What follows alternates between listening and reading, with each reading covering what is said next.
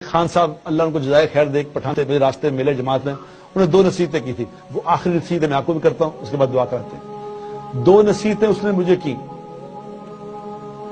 یہ کوٹلی میں اور سعید انور ایک جماعت میں چلا لگا رہے تھے، تو وہاں سال کی ایک جماعت آئی ایک مسجد میں، تو سب پٹھانوں کی جماعت تھی.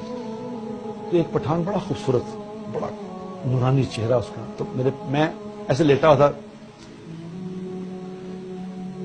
کارپیٹ ٹائپ تھا، کارپیٹ ہی کہہ سکتے ہیں اسے، ویسے صف سی تھی، وہ اس پہ لیٹا ہوا تھا.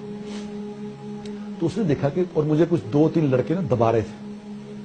تو اس پٹھان نے دیکھا، اس نے کہا بزرگ ٹائپ آدمی لگتا ہے، تو اس کو میں اٹھا کے اس نے کہا بابو جی اٹھو، تمہیں 2 باتیں بتاؤں بڑی قیمتی. میں نے کہا پٹھان آدمی ہے کیا بتائیں، ہم کیا سمجھتے تھے پٹھان کو، انہوں نے اس نے کیا بتانا ہے.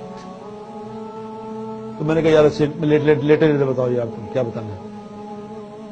تو اس کو بھی اس نے کہا، اس کو سمجھ گیا کہ یہ ذرا دماغی طور پہ اتنا ٹھیک نہیں ہے.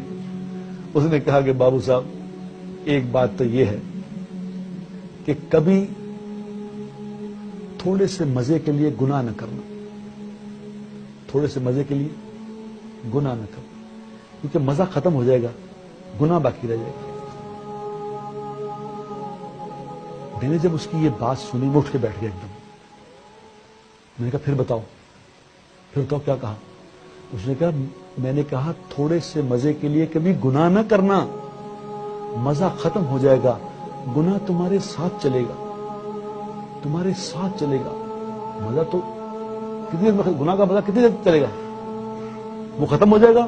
پھر گناہ چلے گا تمہیں کہاں تک چلے گا، قبر میں تمہارے ساتھ جائے گا، حشر میں تمہارے ساتھ کھڑا ہوگا، جہنم میں چھوڑ کے آئے گا وہ مزہ. میں نے کہا دوسری بات بتاؤ.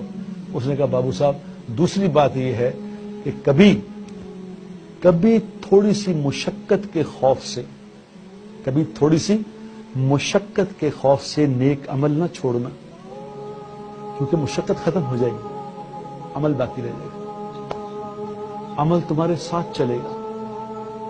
رات کو کبھی اٹھنے کو دل نہ چاہے، نماز پہ تہجد پڑھنے کو دل نہ چاہے، تو یہ یاد کر لینا یہ مشقت ختم ہو جانی ہے، لیکن یہ عمل ساتھ چلے گا، قبر میں ساتھ کھڑا ہوگا، حشر میں ساتھ کھڑا ہوگا، جنت میں چھوڑ کے آئے گا.